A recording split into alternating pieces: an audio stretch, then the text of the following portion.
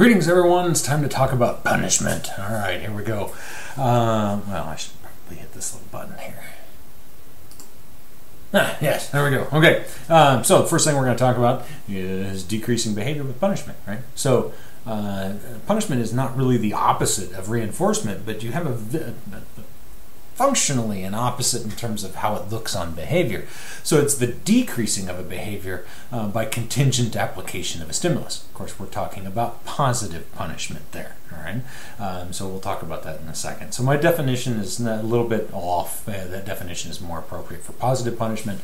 Again, so punishment is just the decreasing of a behavior with a contingent application or removal of a stimulus. So that captures both of them. This is where it gets a little weird. Most people think that punishment requires an aversive stimulus. So aversive, something you don't enjoy, a spanking, a cold shower, or soap in your mouth, or whatever it may be. But we typically that's right, that it is an aversive stimulus that is a punisher, but it doesn't have to be.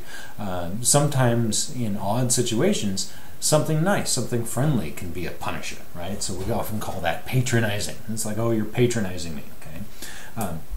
But again, it doesn't have to be an aversive stimulus. It's just commonly thought of as an aversive stimulus, right? Really, punishment is suppression. Extinction is about getting rid of a behavior, right? So that reduces it to near zero. But punishment suppresses the behavior. So it sticks around as long as the punisher, the person doing the punishment, sticks around. So it's very context specific. So you learn that it's okay to do something in one context and not in another. A classic example of this is my buddy's dog. He was getting on the couch all the time. My buddy lives by himself, and he's got a wonderful, I think it's a golden retriever. Anyway, the dog was getting on the couch while he was at work, and he'd come home, and the couch would be all hairy and blah, blah, blah. And so he went to his vet, and he asked the vet why, what can I do to get the dog to not be on the couch? And the vet looked at him very simply and said, do you mean while you're not there? And the point is simple. It's like, well, you can train the dog not to be on the couch while you're not there, no problem. You just got to punish it a little bit maybe, right, for getting on the couch. But that's not going to do a damn thing to the dog when the dog is not, when the owner is not home, okay? So kids, it's the same type of thing. They'll learn that one behavior is going to get punished in the context of one particular person, but it won't generalize. It won't go to new situations. So it's very sensitive to context. Right? Again, we have to focus on that immediate effect. If we don't see the change in behavior as a result of what we thought was a punisher, then it wasn't punishment. So if I spank a kid for a particular behavior and that behavior does not decrease, then it was not punishment. It's that simple. I was going to say, hey, if you got any questions, I was going to ask you guys if you had questions, but then I realized that I'm not in front of a classroom. Anyway, let's move on. Types of punishers. All right, two different types, just like what we have with reinforcement. We've got positive punishment, okay? So pain-inducing. All right? So positive punishment, when we're talking, is what we're talking about here is adding a stimulus following a behavior to reduce that behavior. So ones that, stimuli that induce pain are going to be your unconditional punishers. Those typically work quite well. So getting punched, getting spanked, getting shocked, not that we're going to shock our children or anything like that, but you get the idea, right? Reprimands, though, are conditioned punishers. You had to learn that those things are punishers. So the word no, right, that can be a punisher, but it's usually because it was paired with something else, paired with pain in the past. When a parent says no, and then the child then immediately touches the hot stove, they learn right quickly that the word no is something bad, right? So again, a reprimand, a verbal reprimand or something like that, or a visual reprimand is a conditioned punisher. It's not something you automatically respond to. You have to learn to respond to that one. Okay? Negative punishment, this is often thought of as response cost. Okay? This is where the loss of a stimulus will decrease a behavior. So a response is going to cost you something. That's the easy way to think of it. A response leads to the loss of something. This is most simply like a fine. You get a traffic ticket. That traffic ticket by itself is not generally anything. It's a rather neutral stimulus, but it's not neutral the moment you pay the fine. or the moment you pay the increased insurance premiums for getting the ticket. So that loss of money, all right, is a negative punisher. Timeout is another example of negative punishment, and it only works if you do what's in parentheses. Timeout from reinforcement. That's the real definition of timeout, by the way, is that timeout is a short, not the definition, that's the real title for timeout. Timeout, as we typically say it, is a very, what do you call it, a very short version of the real definition, which is timeout from reinforcement. It's just nobody wants to say the whole damn thing. So losing access to reinforcers is a negative punisher. And that's what timeout is all about. You put somebody in a little room or something like that, or you remove them from the context, and they're losing access to reinforcers. Right? We have two different types of timeout. I'm just going to brush over these really fast because we're going to cover them heavily later on. So exclusionary timeout, we're removing the person for a short time. And I put a bland environment here. The reason being is you don't want anything in that environment to be potentially reinforcing at all. And I've got some fun stories to tell you about what some teachers thought was bland and didn't work so well because they were trying to use timeout and it just didn't work, and they couldn't figure out why, and it ultimately ended up being that the environment in itself could produce some reinforcers. Right? So the other one, non-exclusionary, so using the stimulus to indicate that a certain reinforcement source is not available. This is, again, we'll go into more depth here, but basically it's signaling, if you've got a kid in a classroom, this would signal to the stimulus, it would signal to the teacher that the child X is not going to get any attention for the next 3 minutes or something like that. Okay? So it's non-exclusionary. You're not removing them from the context. You're leaving them in the context, but you're not giving them the particular reinforcers for that particular time. And it's contingent upon a behavior, so that's what makes it punishment. All right, some factors associated with punish. When you punish, you better reinforce appropriate behavior.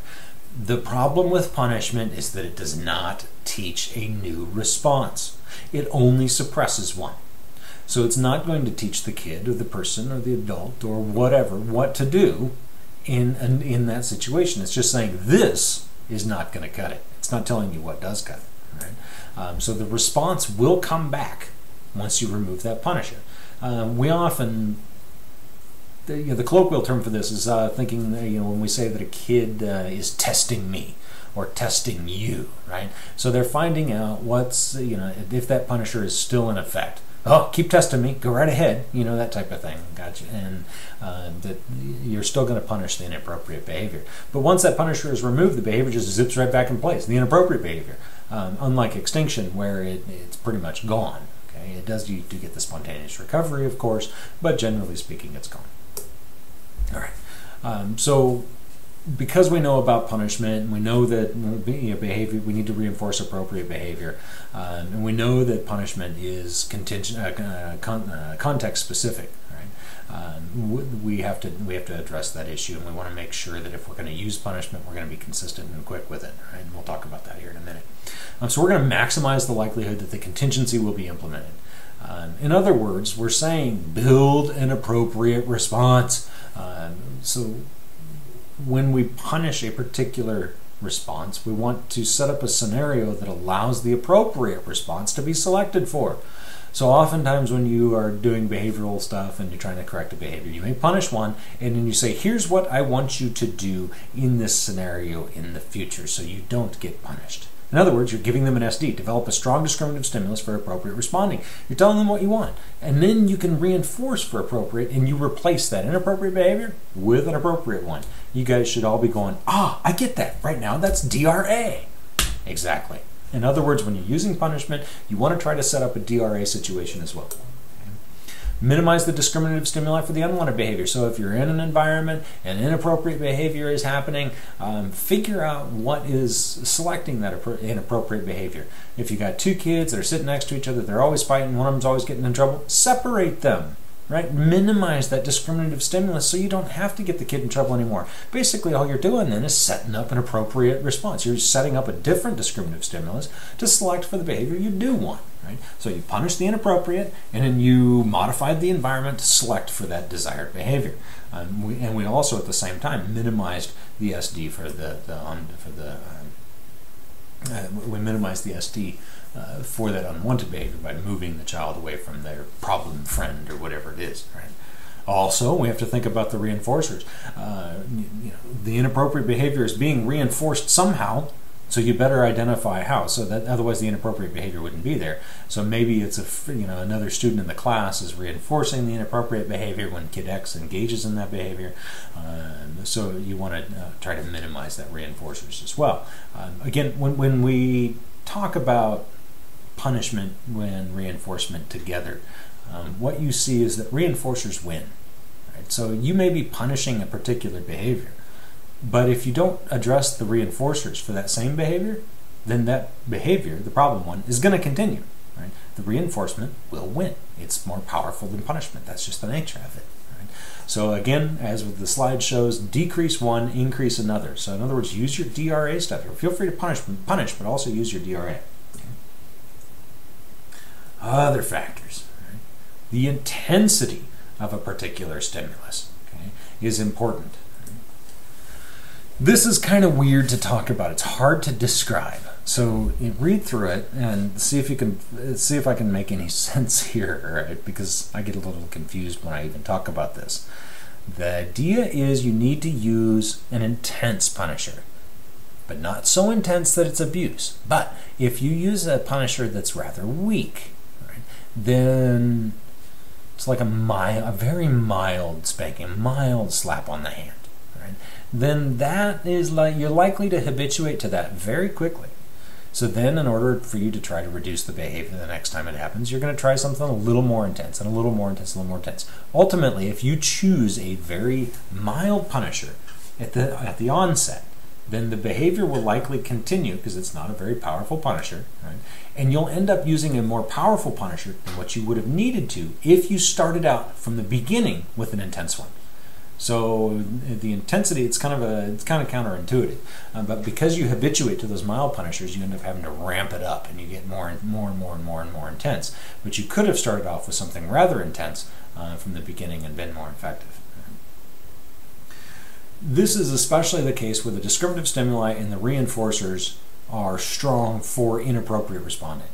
Again, I told you reinforcement is going to win. This is exactly what's happening here. Right? You need to overcome that reinforcer. And in order to do that, you need to have a rather intense punisher.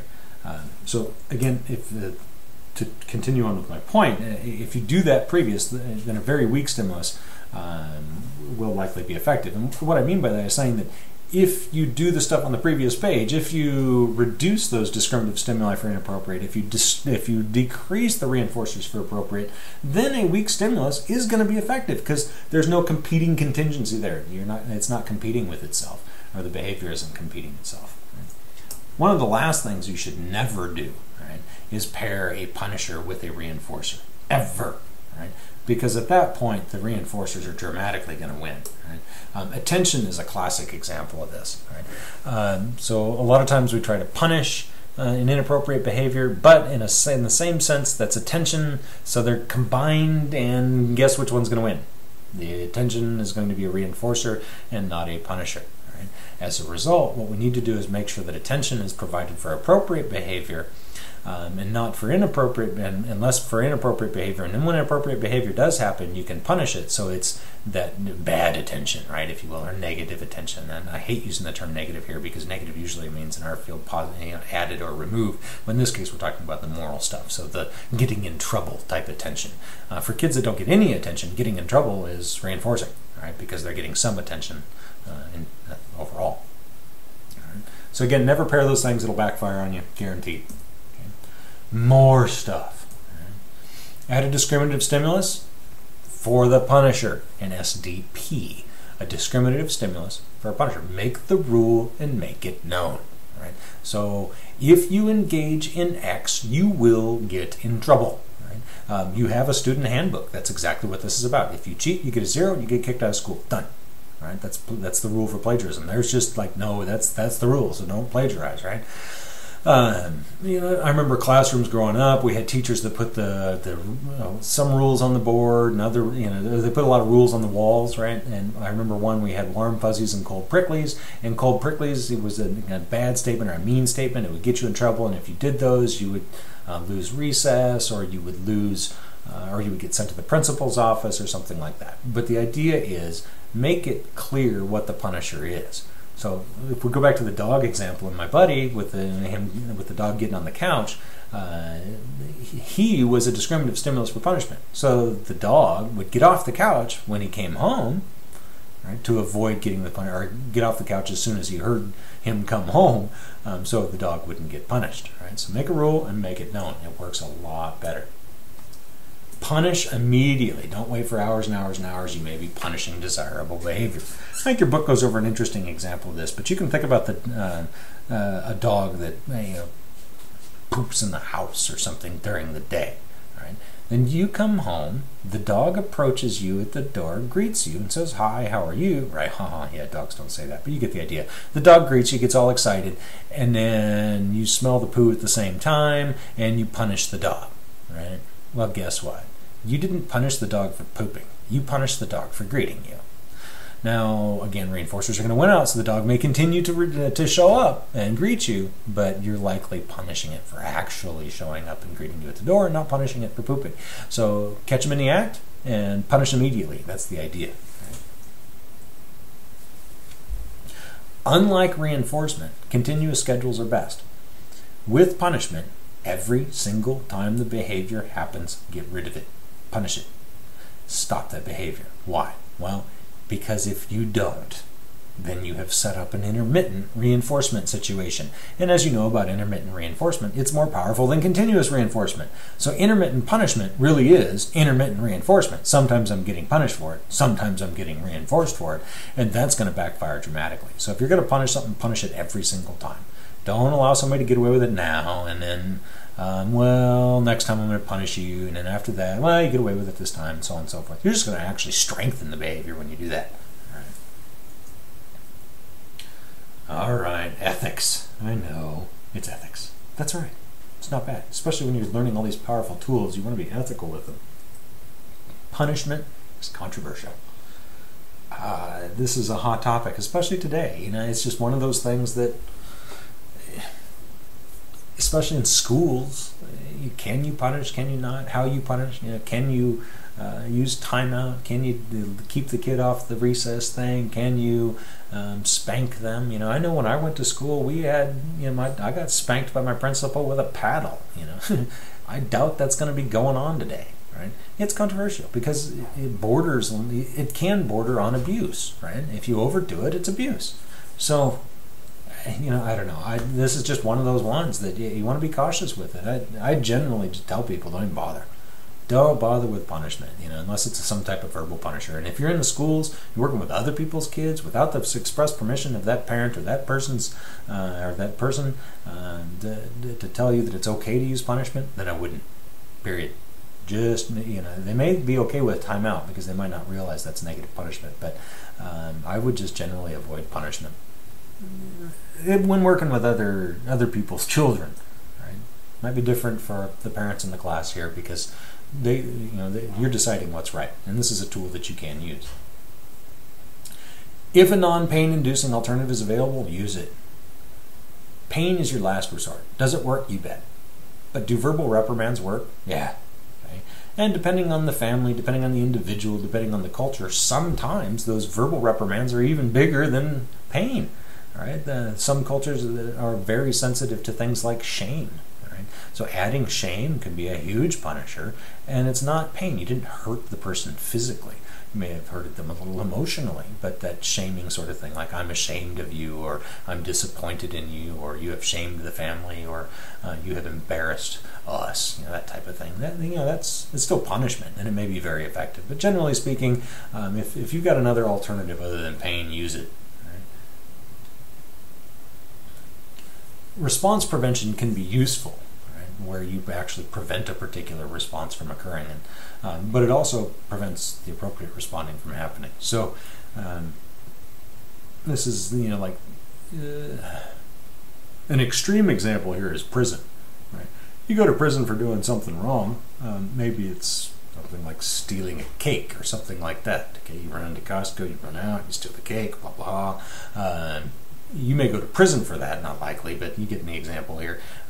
It also, it prevents you from stealing in the future, at least while you're in jail, but it also prevents you from, learning how to go into a store and not steal.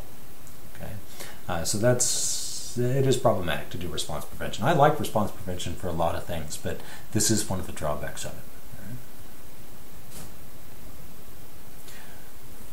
Generally speaking, in the culture right now, the most appropriate situation to use punishment in is when you have severe problems. Is the child hurting themselves? Are they hurting others? Is there a health issue? Okay. Is someone going to be physically harmed as a result of this behavior continuing? If so, punish, and punish immediately. And that is ethical to use punishment in that situation. Right? And that's generally acceptable. There's all sorts of issues with timeout. We could talk about this forever. But long story short here, timeout is only effective if the child does not have access to reinforcers, right, during that timeout period. And timeout is only effective, it should only be used in terms of 1 minute of timeout per year of age. In other words, if you hear a teacher saying, or a kid saying that, hey, I got sent to timeout for 30 minutes today, red flags all over the place, because let's say a 6th grader, right? They're 11 or 12, so they should be receiving no more than 12 minutes of timeout. So what are they doing with 30 minutes, right? Timeout is very effective, and it's effective if used properly. And one of those proper uses of it is being quick with it. Okay? And it's just like, okay, guess what? Timeout, and you go into your timeout, and you got 4 minutes. And we'll talk about more issues with with other rules you can attach onto that timeout thing. But generally speaking, 1 minute per year of age. And you don't want to leave the kid unattended. You don't want to put them in an exclusionary timeout and leave them unattended. So you do have to kind of watch to make sure they're okay, but you don't want to reinforce them during that process. So it becomes a challenge. Timeout is hard to use. It's a little easier to use at home. You can have a timeout rug or something like that, where you go to that timeout, you sit on that rug for the next 4 minutes or 5 minutes, whatever it is, and I'm not going to interact with you, I'm not going to talk to you, you don't get to play with any toys, you don't get to play with the dog, or whatever it is during that time. Okay? So that's rather effective, but you can still keep an eye on it. Exclusionary timeout at school, there might be a room that you actually have to send the kid to, and nowadays, most schools, if they have a timeout room, they have a timeout monitor. Somebody's keeping an eye on the kids in there. And sometimes they even have a timeout room where you actually have to be touching the door in order for it to remain closed. Like you have to touch a handle or something like that. And if you let go of that handle, then the door automatically opens and the kid can leave. All right, that's so you don't forget about the kids in the room, which that sounds kind of funny, but it's happened, and we don't want that to happen. That becomes abuse at that point. More ethics. Right? Punishment will produce negative effects. People aggress. Right? So if you punish somebody, they're likely going to get aggressive, either towards you or towards somebody else. It causes emotional reactions. People are going to flip out when they get punished. Right? They're going to get upset. Right? When that can lead to other problems. Okay? Excuse me. Escape or avoidance is one of those common things that happen with punishment, namely lying. All right? If they know they're going to get punished for something, so all they have to do is lie about it and avoid the punisher. And this is going to lead to all sorts of problems, right? So we want to make sure that any escape or avoidance is minimized. It's just one of those, this is frustrating. It's a hard thing, because that's what happens with punishment, is they learn to avoid the punisher altogether. Hopefully they're learning to avoid the punisher by doing something appropriate, but unless you specifically reinforce that, it's not going to happen. It does not teach new responses, flat out. We already talked about that one, right? The other issue is that punishment is modeling. The punisher is modeling punishment, right? So if somebody watches you use punishment, like let's say a kid is watching all their teachers throughout school use punishment, and they see that it works, it keeps the kids under control, guess what they're going to likely try in the future? Or guess what they're going to try with their friends, right? So you're modeling that punishment, and they're going to turn around and try it themselves. Punishment in itself is self-perpetuating. In other words, if I punish you for something, your behavior stopped because it was successful, right? So my punishment was successful, so your behavior went away. Well, that's reinforcing for me.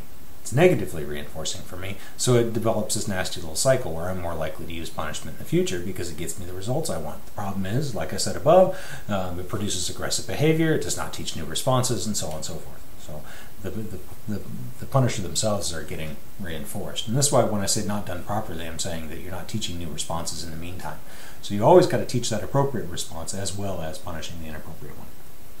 Okay, that's pretty much it for punishment. So we will come back and talk about escape and avoidance next. Talk to you in a bit.